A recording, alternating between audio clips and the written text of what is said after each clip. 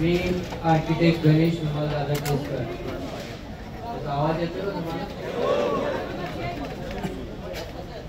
माझा खरं तर धनगर आरक्षणातला 8 महिन्याचा जन्म आहे. याच्या अगोदर धनगर आरक्षण मला काही माहित नव्हतं आणि त्याशी माझं काही घेणं देणे नव्हतं. आम्ही शिकत होतो. माझं वय वर्ष 30 आहे. आणि ज्यावेळेस पाटलांचं आंदोलन चालू झालं त्यावेळेस वाटलं की आपण ज्या धनगर समाजात जन्माला आलोय त्याही धनगर समाजाचा आरक्षणाचा काहीतरी प्रश्न आहे आणि तो स्टडी करायला घेतला, अभ्यास करायला घेतला आणि समजलं केवढा सोपा प्रश्न आहे. जर मनात आणलं तर अर्ध्या तासात धनगर आरक्षणाचा प्रश्न मिटू शकतो. मग का मिटत नाही?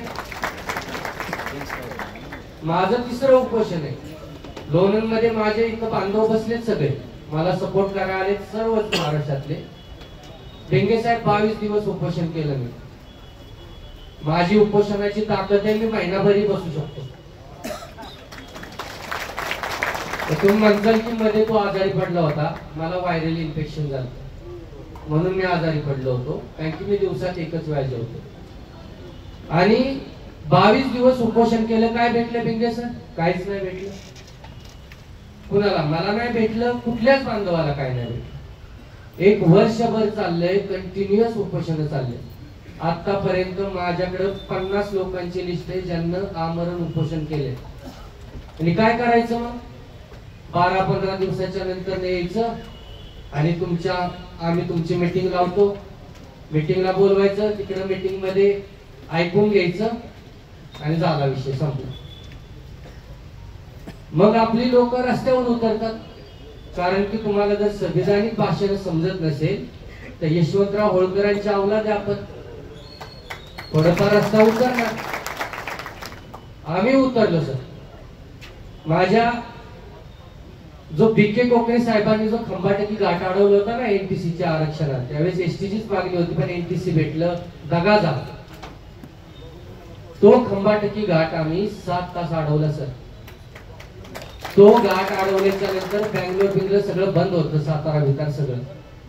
त्यांना काय केलं सर? एकही काच फोडली नाही, काहीच केलं नाही. तरी माझ्या कुटुंबातल्या 32 जणांवर, माझ्या मित्रांवर 353 सारखे गुन्हे दाखल केले. इथं आहेत पोरं, निखिल आहे, कोकरे साहेब आहेत, सगळी 353 मधले. काय गुन्हा यांचा? 10 दिवस जेलमध्ये ठेवलं. काय गुन्हा यांचा? आम्ही गेलो, मीटिंगला गेलो, फडणवीस साहेबांकडून अर्धा तास चर्चा केली. केसेस मागे घ्यायचं ते नाटक केलं जे 14ला केलं. त्यांना ते त्यात एकदम पटायचे सर. आणि आपण पण लगेच त्यांचं पटवून घेतो. किती गोळा बाबडा तो फडणवीस. सॉरी मी आरतुर बोलणार आहे आज, काय की तेवढा अत्याचारच केला यार तुम्ही, का नाही बोलायचं? आमची 10 दिवस पोरं आत ठेवली. पोरं उसात झोपली, पत्र्याच्या शेडवर झोपली, कुठे कुठे झोप. का? काय गुन्हा होता? हक्काचं आरक्षण माहिती हा गुन्हा आहे? अरे जे संविधानात आहे ते हक्काचं आरक्षण मागणं हा गुन्हा आहे? 1 मिनिट, खूप महत्वाचा पॉइंट.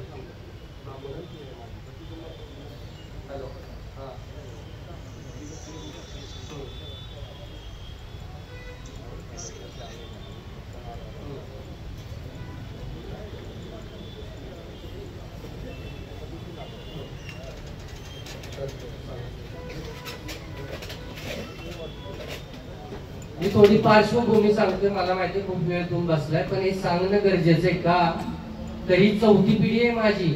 म्हणजे आपली 4थी पिढी, जी 30 वर्षाची पिढी जर इथं उपोषणाला बसते तर उद्या 16 वर्षाची पोरं उपोषणाला बसते. आपल्याला हेच करायचंय का? यशवंतरावांनी काय केलं?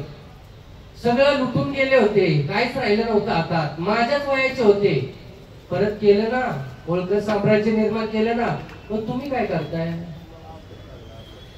तुम्ही घरी काय करता? मला इथं बसलेल्या माणसांना काहीच नाही बोलायचं. मी उलट त्यांचं नतमस्तक होऊन त्यांना धन्यवाद देतो की तुम्ही इथं आला, थांबला. पण तुझे घरी बसलेत ना त्यांना माझं बोलणं का बाईकडे काय कमी आहे सर? आर्किटेक्ट आहे, ऑफिस आहे, गाडी आहे, सगळे. जसं मगाशी तुम्ही सांगितलं तुम्हाला पीएचडी केली, सगळे का बसलो आम्ही? याचा कधी विचार करणार आहात की नाही? याच्यावर विचार करा. धनगर समाजाच्या प्रत्येक प्रश्नाचं एकच उत्तर आहे. काय बरं सांगा? संघटित समाज. ज्यावेळेस तुम्ही संघटित येता, या अशी आता असा विषय आपला, एक इकडं पडलाय एक इकडं पडलाय, असं कधी होणार आहे? नुसतं चित्रातच दाखवायचं का? असं व्हा ना. ज्यावेळेस मारायचं त्यावेळेस मारू. आता मारायचंच आहे, जास्त लांब नाहीये, 1 महिना राहिलाय, त्यावेळेस असा पण मारू. पण तो आता तर एकत्र या. जर आपलं म्हणणं या सरकारकडून वधवून घ्यायचं असेल, जर आपल्या हक्काचं आपल्याला मागून घ्यायचं असेल, तर तुम्हाला ताकद दाखवावी लागेल. मग काय केलं यशवंतरावांनी? जिथं जिथं मल्हारराव गेले होते, त्यांच्यावर जिथं जिथं त्यांचे संबंध होते, त्या सगळ्यांना एकत्र केलं ना. तर तुम्ही का नाही करत प्रत्येक जिल्ह्यातली माणसं एकत्र? मग कोण करणार? करा ना कुणीतरी, या ना समोर. उद्या तुम्ही म्हणताय की, म्हणजे आता मी इथं बोलतोय तर एखाद्याला असं वाटतं की नाही नाही आता गणेश उपोषणाला बसल्यामुळे उद्या झेडपी सदस्य किंवा आमदार गणेश. अरे मग हेच तर करायचंय ना. उद्या तुम्हाला एसटीचं आरक्षण भेटलं तर तुमच्याकडे आमदार म्हणून घ्यायच्या लायकीची 50 तरी माणसं आहेत का? होऊ देत ना तयार का? त्याचे पाय ओढता मागं. थांबलो का मी? आम्हाला तिथं थोडा प्रॉब्लेम झाला, मसवड मध्ये गेलो, मसवड मध्ये झाला, पंढरपुरात आलो, आणि कधीच नाही थांबणार. का थांबायचं? तर मला समजलंय कागदाव माझं हाय. जर मी शिकलेला पोरगा आहे, मला कायदा कळतो, वाचता येतो आणि प्रश्न उत्तर करताही येतात. मुख्यमंत्र्यावर बोलले, सगळ्यांवर मिटिंग केली. मग जर मला हे सगळं कळतंय तर मी घरी का थांबायचं? परंतु माझ्या तरुण बांधवांना आणि भगिनींना हे समजूनच नाही घ्यायचं. त्यांना बघायचं बिग बॉस, आम्हाला राजकारण नाही आवडत. अरे राजकारणावर तर सगळं चालतं ना यार. तू जन्माला आल्यापासून तुझ्यावर राजकारण चालू होतं. पोलिओचा डोस तुला द्यायचा का नाही द्यायचा हे राजकारण ठरवतं. मग तू घरी काय करतो? हा कधी प्रश्न हिमायासमोर मी बघतोय यार. आज 16वा दिवस आहे. सगळी म्हातारी माणसं आहेत, माझ्या बापाच्या वयाची, माझ्या आजोबाच्या वयाची, आणि हातावर मोजणारी ना माझे तरुण धनगर बांधव. ते पण कोण आहेत भिंगे साहेब माहितीये? जे शेतकरी, तर जे मेंढपाळ आहेत. काही शिकलेले आहेत कुठे पोरं? कधी इतिहास वाचायचा नाही, कधी पुढे यायचं नाही, कधी कुठला मुद्दा समजून घ्यायचा नाही. शिकलाय तर वाचा. वाचल्याच्या नंतर मी गॅरंटी देऊन सांगतो की चैन नाही पडणार, मैदानातच उतरणार. काय की मी उतरलो ना. माझ्या लोणकरांना विचार, आहे घरी मी? येडं म्हणतात लोक, रमेश दादा येडं म्हणतात ना मला. आहे का घरी मी? का? तर माझं ह्या कागदावर आहे आणि ते मी घेतल्याशिवाय हटणार नाही. लोकमान्य टिळकांचं स्मारक आहे मैदान. काय म्हटले होते लोकमान्य टिळक त्यावेळेच्या इंग्रज सरकारला? स्वराज्य हा माझा जन्मसिद्ध हक्क आहे, तो मी मिळवणार. तुम्ही काय बोलणार या सरकारला? धनगर आरक्षण हा माझा जन्मसिद्ध हक्क आहे आणि तो मी अरे काय आवाज आहे? तो मी. यस.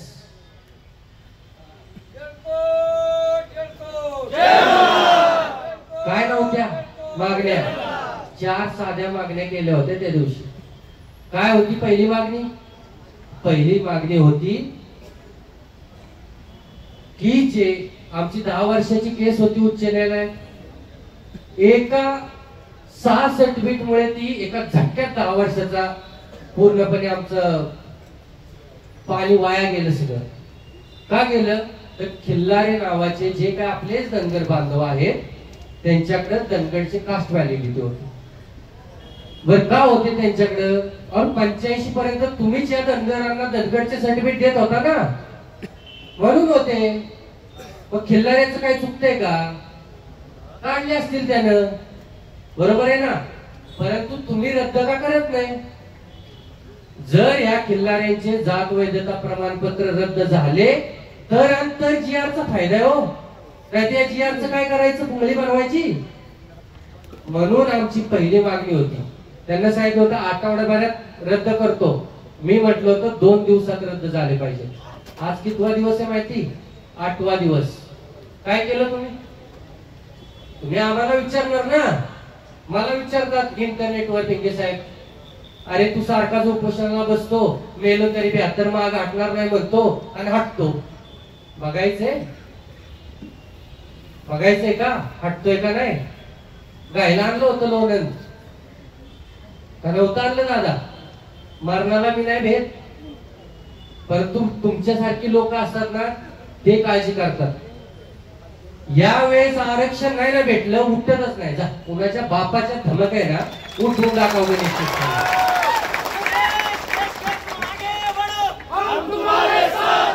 अरे ती माजुर्डी बाई, हम तुम्हारे साथ है. ती माजुर्डी बाई भिंगे साहेब 2 दिवसात रद्द करायला सांगितले होते धनगडचे सर्टिफिकेट. हा काल प्रेशर देऊन हा काल एक नोटीस काढली. काय नोटीस आहे? कधी काढली? 23 सप्टेंबर 2024 5 वाजता काढली. काय नोटीस आहे?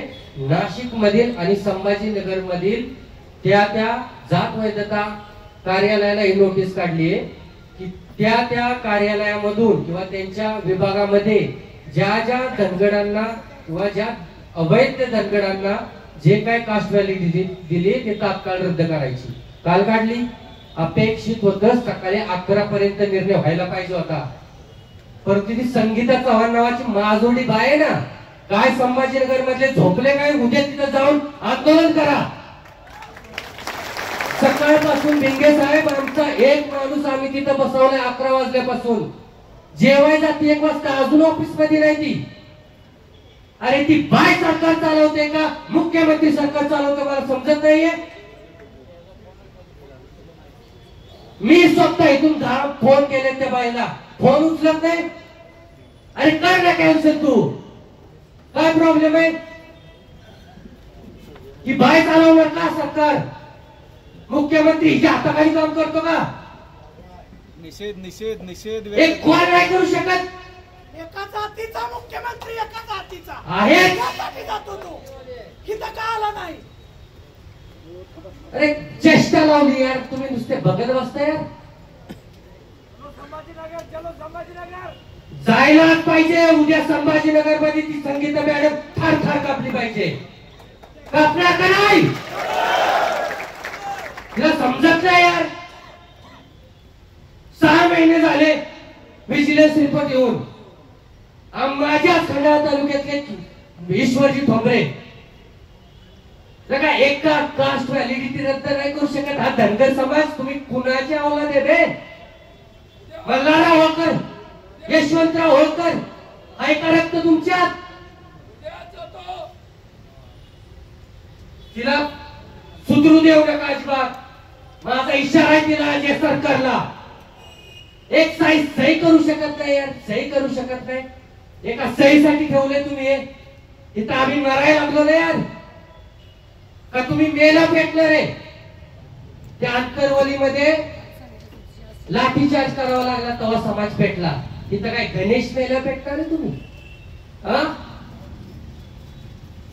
काही 6 मेला पेटणार आहे. इथं 6 बसलेत, लातूर मध्ये 2 बसलेत, त्या नेवासामध्ये 6 बसलेत. काय काम धंदा नाही का? आणि कोण आहे आमची ताकद? कोण आहे सांगा? कोण आहे आमची ताकद? मग काय करते समाज? काय करतय? लग्न असलं तर बायका पोरं पोरगी नटून थकून जातात ना रे. या नटून थकून काय प्रॉब्लेम नाही आम्हाला. कुणाचं मैत झालं तर सगळे जातात ना. मग आमच्या मैताला या. इथं आलेले त्यांना बोलत नाही, जे बघतायत ना घरी त्यांना बोलतोय. 6 महिने 8 महिने घर सोडले मी सोडले, हंग सोडले. ह्यांचं पण हितच उपोषण आहे, दुसरं उपोषण आहे. मी एका वर्षात 3रं उपोषण. चेष्टा लावली. काय नाही, ह्यांना फेमस व्हायचं. मला फेमस व्हायचंय दादा.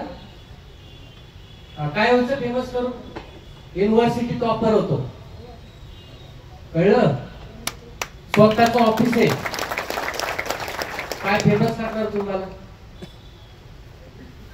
फेमस व्हायचंय ना, बसतो इथं, मला पंतप्रधान बनव ना. मग काय खाली बसून तुम्हाला सुस्त फेमस व्हायचंय, हा करतोय तो करतोय, नाही ना जुळत, गप्प बसा ना. कुणाच्या दमक आहे इथं सगळं घरदार सोडून इथं बसायची? काय सर, सगळे कामा धंदेवाली माणसं आहेत, आणि काम नाही केलं तर घर नाही चालत, आणि आम्हाला सांगता. हे कुणाला म्हणतोय, तुम्ही तुमच्यावर घेऊ नका सर.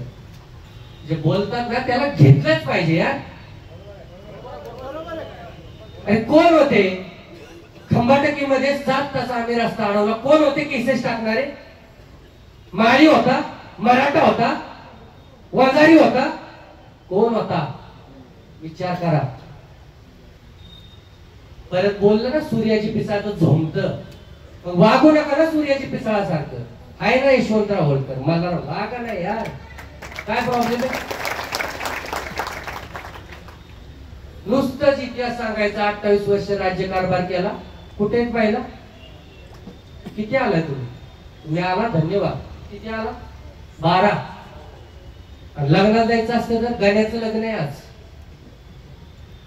किती आला असता? मला कधी कधी ना विश्वास बसत नाही की ह्याच समाजाच्या होत्या का अहिल्यादेवी होळकर. हा, आम्हाला राजकारण कळत नाही बाबा, समजून घ्या ना. मग शिकलाय ना तुम्ही, आई बापाला पार. माझा आई बापला बकऱ्या मागे जातात, माझा भाऊ आहे इथं, कुठे रे? शिकला नाही तू सर? 5 भावंडे आम्ही, एकटा शिकलोय मी, तोही बकरी वळतो. जन्म त्या कोकटात झालाय माझा, मला माहितीये काय असतं काय नसतं. शिक, तुम्ही या ना इथं, काय प्रॉब्लेम आहे तुम्हाला?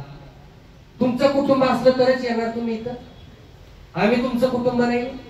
जण सांगा, जातो घरी. धन्यवाद. मला ना अपेक्षित काय माहितीये भिंगे सर, बापांना सांगा तुमच्या, तरुण बांधवांनो, मी जसं माझ्या बापाला सांगितलंय, घरीच थांबा, मी आणतो आरक्षण खेचून.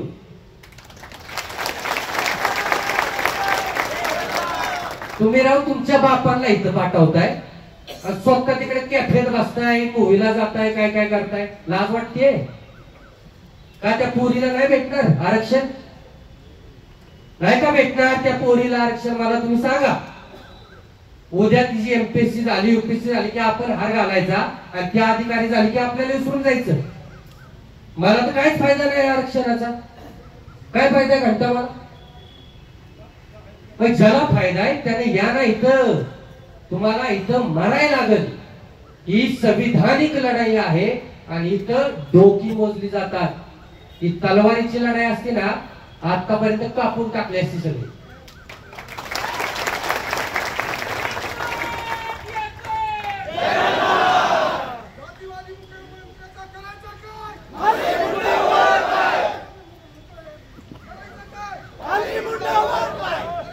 ठीक आहे, मॅडमचा नंबर आणि पत्ता द्या, आम्ही जातोय. Wait wait wait wait. हो साहेब बसा. तर हे झालं पेटवायचं तुम्हाला. पेटला असेल तर ठीक आहे, नाही पेटला तर माझ्या काय बापाचं जात नाही. मी एक बीके कोकरेन सारखा एक, ते महान होते पण मी एक पुत्र आहे समाजाचा, डायरेक्ट सांगतो. असाच फिरत राहणार गावोगावी, गल्ली गल्लीत, जोपर्यंत भेटत नाही. आता या कुत्र्या माग किंवा या मेंढरा माग तुम्हाला यायचंय का? तुम्ही ठरवा. एक मोठ्या मेंढका आम्ही बनवलाय आज, बीके कोकरेंचा मुलगा, त्याच्या माग मी तर मेंढी म्हणून चाललोय. तुम्ही मेंढरे म्हणून येणार का? येणार का? अरे आज हे इथं नको नको व्हायला पाहिजे होतं, तर उद्या ती संगीता मॅडम काय कुठली मॅडम चळकळ सही केली असती. घरी बसलाय, काय होते उठला स्थगिती होईल. तुम्ही माझ्या अजून पावर बघितले नाही, खरं सांगतोय मी. मला सिरियसली माझा रिपोर्ट बघा, मी लिहून ठेवलाय. कॉन्स्टंट बीपी कधीच हाय होत नाही, कधीच लो होत नाही. किती स्ट्रेसफुल सिच्युएशन मध्ये टाका. शुगर कॉन्स्टंट काय, रिपोर्ट माझ्याकडे. आणि कुठल्याही सरकारी ऑफिसरला विचारा, खोटं बोलतोय का? महिनाभर बशील तर तुम्ही काय करणार? मेला का गण्या? आईला लयच खराब झालाय, मरल वाटते आज. हे करत बसणार घरी. तर पार्ट 2 मध्ये येतो. हे झालाय पार्ट 1. आतापर्यंत काय काय झालं बरोबर. मंत्री महोदय त्या दिवशी आलते. त्यांना 4 मागण्या केल्या होत्या. पहिली मागणी होती खिल्लारे तात्काळ रद्द करा. खिल्लारे जोपर्यंत रद्द होत नाही भावांनो, GR काहीच होऊ शकत नाही तुमच्या ह्याच्यात. खिल्लारे कॅन्सल झालं पाहिजे. एकमेव टार्गेट खिल्लारे जर कॅन्सल झालं ना तर आपण 95% लढायला जिंकलोय. Khillare is the target. दुसरी मागणी काय होते, महाराष्ट्रभरातील ज्या ज्या धनगर योद्ध्यांवर केसेस झाल्यात आमच्या न्याय हक्कासाठी लढताना त्या केसेस तात्काळ माघारी घ्याव्यात. घेतल्या का फडणवीसांनी? तुम्ही काय केलं? काय करणार उद्या? तुमचं तुम्ही ठरवा. झोप लागून नाही द्यायची. तिसरी मागणी काय होती, तो शिंदे समिती अहवाल. मी लोणंदला बसलो. शिंदे समिती स्थापन झाली. 50 दिवसात म्हणले अहवाल देतो. आज आहे ना 6 महिने झाले. विचारलाय प्रश्न कोणी? कारण की तुम्ही अपडेटच नाहीये. फक्त थोडं पेटलं की जायचं, परत जायचं, परत हाय ते काम करायचं. अपडेट करा ना यार. एक माणूस जर त्या जरांगे पाटलाला बोलला तर त्यांचं आमदार उसं लाट कापतात. तुमच्यात ताकद नाही. शिंदे समितीनं आतापर्यंत अहवाल दिला नाही. 2 दिवसाचा टाइम दिला होता आम्ही. काय करणार तुम्ही? तुम्ही आम्हाला नाही सांगायचं इथं बसून काय करायचं. आम्ही आमचं रक्त जाळतोय, मरतोय. तुम्ही करायचंय. तुम्ही आमचा चेहरा आहात. रौद्र रूप दाखवायला लागेल. हे उपोषण चालू राहू नाही तर बंद पडू. उद्यापासून धनगर समाज रौद्र रूपात आला पाहिजे. येणार का नाही? झोप लागली नाही पाहिजे तुम्हाला. जो झोपेल तो धनगर नाही. ऐका धनगर, तो अजिबात झोपायचं नाही. अरे काही आदिवासी एक वाटतात आणि तुम्ही का बसलाय? उद्यापासून झोपायचं नाही. मान्य का? केवढीचा आवाज आहे. मी तुमच्यापेक्षा डबल न बोलतोय. 16 दिवस झाले. मान्य का? मान्य का? आणि चौथी मागणी काय होती? GR काढतो. GR चा ड्राफ्ट माझ्याकडे आहे. थोड्या वेळापूर्वी एजन्सी बैठक झालेली आहे. परंतु GR ला तोपर्यंत महत्व नाही. हे मी गणेश केसकर सांगतो तुम्हाला. जोपर्यंत खिल्लारे कॅन्सल होत नाही, खिल्लारे कॅन्सल नाही झाले आणि GR जर या सरकारने काढला तर एका झटक्यात विदिन अ सेकंड तुमची सगळी मेहनत वाया जाईल. त्यामुळे खिल्लारे कॅन्सल, एकच टार्गेट खिल्लारे कॅन्सल, नंतर GR. हे सरकार आपल्याला फसवेल. आम्ही GR काढला म्हणजे तुम्ही उठा. आम्ही उठणार बरोबर. या 4 मागण्या आहेत. मी तुम्हाला अपडेट दिली आहे. बाकी सगळे अपडेट आम्ही घेतोय डिटेल मध्ये. मी काही जास्त सांगणार नाहीये. परंतु आजपासून एकही धनगर झोपला नाही पाहिजे. सगळं विसरा. कुणी काय केलंय माग, कोणाला काय वाईट वाटलंय. अरे नाही उठत माणसं. उठणार आहे का तुम्ही? 1 मिनिटात खतम करतो. हो का? पाणी प्यायले तोंडात अल्सर झाले सर. कधीतरी बोलाय भेटते सर. बोलाय पण भेटत नाही. भेटलं तर चांगलं बोललो ना. ते चांगलं बोललो का रे? बोललो का? नीट सांगतो. कधी नव समाज एकवटायला लागलाय. ठीक आहे. नसल कुणाला आपण समजा भाव दिला, नसल आमच्या हातात हात द्यायला कुणाला भेटलं, नसल कुणाचं नाव घेतलं, ठीक आहे, नसल कुठं तुम्हाला बोलवलं, नसल कुणाला इन्व्हाइट केलं, सगळं विसरा. अखेरची लढाई, अखेरची. आज नाही ना, कधीच नाही. सगळं विसरा आणि एकत्र या. मगाशी म्हणले ना पोटभेद वगैरे, गणेश कडूतलाय. अरे काय रे असतं कडून गोवाडन काय? ह्यांचं रक्त काढलं तर लाल, माझं काढलं तर लाल. आता पिवळं निघालं आता काढलं तर, कारण की तापलोय ना, धनगर आहे ना.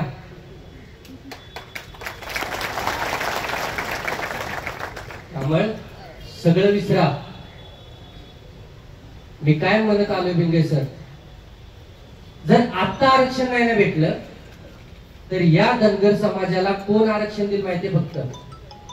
फक्त धनगर समाजातल्या महिला.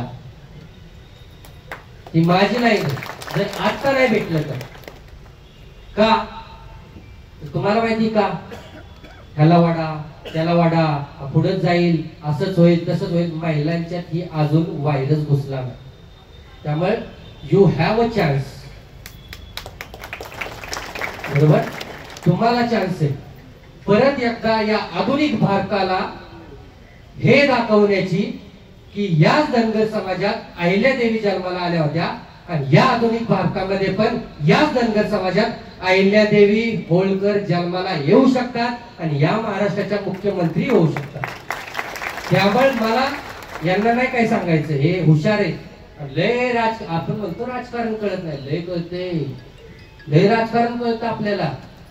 फक्त एखादा गेम बरोबर करत नाही. तुम्ही समजून घ्या आणि तुम्ही लढाई हातात घ्या. माझी तुम्हाला विनंती आहे, महिलांना विनंती की तुम्ही लढाई हातात घ्या.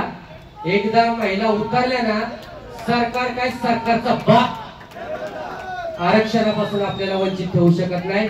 एवढंच बोलतो. मला बोलायची संधी दिली, मला तुम्ही शांतपणे ऐकून घेतलं, त्याबद्दल मी तुमच्या पुढे नतमस्तक होतो. तुमचे आभार मानतो आणि शेवट एक घोषणा देऊ, त्याच्यावर मी थांबतो. येळकोट येळकोट येळकोट येळकोट येळकोट येळकोट. धन्यवाद.